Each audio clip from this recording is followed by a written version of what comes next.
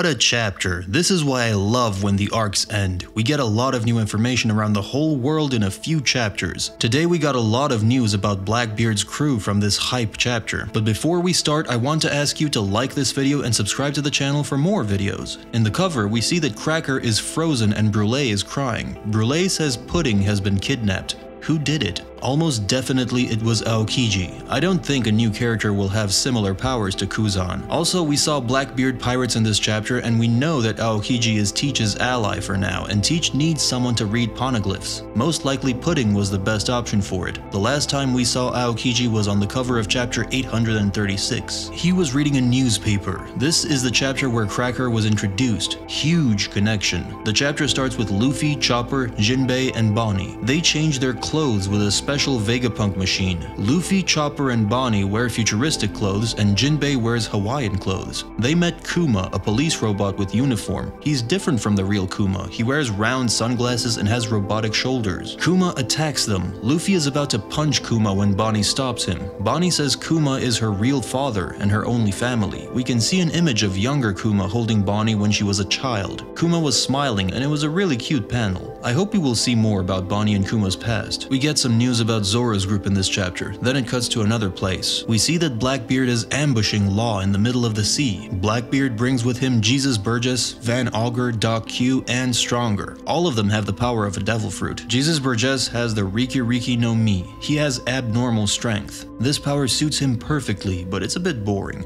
Doc Q, Shiku Shiku no Mi. He can infect people with sickness. It was easily predictable. Van Augur, Wapu Wapu no Mi. He can teleport people. Now this is interesting. I did not expect such a devil fruit from Van Augur, a sniper. This explains how Blackbeard pirates appeared in Marineford without anyone noticing them. Was Van Augur the one who teleported Lafette and Mary Joise? For me, Lafette is one of the most interesting characters, and I hope we will see some more info about him soon. Can he teleport his bullets as well, or change direction? Also, now he has a goatee and he looks kinda evil. Another interesting character, Stronger, has the Uma Uma no Mi mythical Zoan model Pegasus. I also like how the horse got a mythical horse fruit. Double horse. Does a Pegasus have a special power besides just having wings? If it's just the ability of flight, that's not really amazing for a horse to eat. A regular bird Zoan would have accomplished the same ability. A unicorn could have been better, since they have healing powers in mythology and would make a nice contrast with the rider. Law escapes to a nearby island, but Van Augur teleports Burgess first. Burgess lifts an entire mountain and throws it at Law. Doc Q arrives riding Stronger. Blackbeard is on top of them both. Doc Q uses his powers to turn Law into a woman for a moment, but Law uses his haki to break Doc Q's disease power. Now that is strange. Doc Q's power is infecting people with sickness, and he could turn Law into a woman?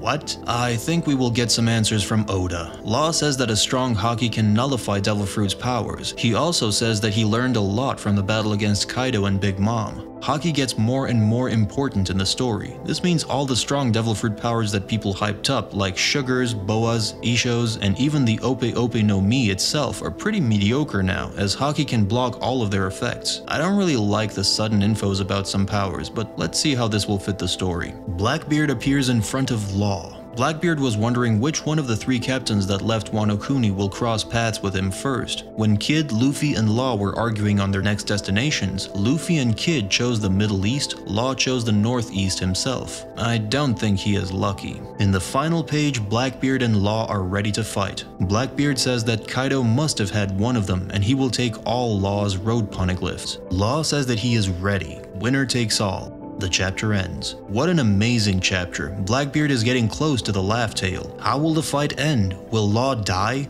Most likely no, but I believe he will definitely lose the poneglyph copies, or he will trade them for his crew. By the way, Law's crew is one of the most useless crews out there. Law is one of the smartest characters in One Piece. I am sure he will get some useful information about Blackbeard or his crew from this fight. If Law dies and Blackbeard gets the Ope Ope no Mi, then I don't know what will stop his crew. I don't think Law will die so easily though, but the thing about Blackbeard is that he isn't affected by Oda's no-killing fetish. Will we see the Ace scenario again? Maybe Blackbeard will capture Law and use him and his Ope Ope no Mi to trade with the world government. He already captured Kobe. He can get a lot of dangerous things from them, and we know how valuable this fruit is for the world government. Blackbeard can also give the Ope Ope no Mi to one of his crewmates or subordinates and make himself immortal. It seems that Blackbeard's crew is split, like Straw Hats. Shiliu, Katarina Devon, Lafette, Avalo Pizarro, Vasco Shot, and San Juan Wolf are missing. Where are they? I believe they are at Whole Cake Island with Aokiji, and they may have kidnapped Germa 66 members as well. We have a hint about them. This is the cover page of chapter 902. I already made a theory about this. You can watch it on my channel in full detail. You see the similarities, right? Also, we saw a few cover stories around Whole Cake Island, and I think it does not even need confirmation that they are Blackbeard pirates anymore after seeing Frozen Cracker. What do we see on these cover stories? Oven and Pudding are staring at Niji and Yanji in Chocolate Town. Then Oven is leaving the city with Brûlé through the mirror. After that, Oven and Brûlé are arriving on Whole Cake Island, and there are mysterious black silhouettes on sight. A group is approaching, that's for sure.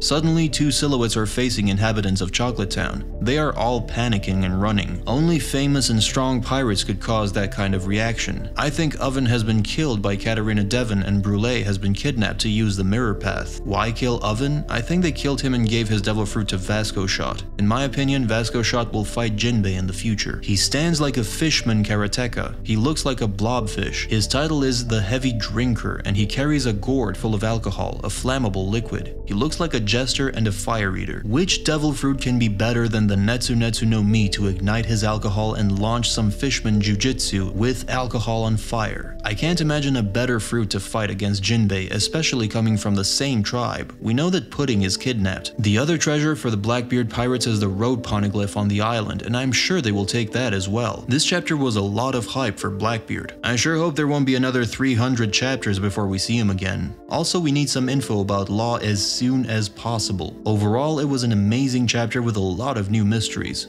That's all. Thanks for watching. Hope you enjoyed it.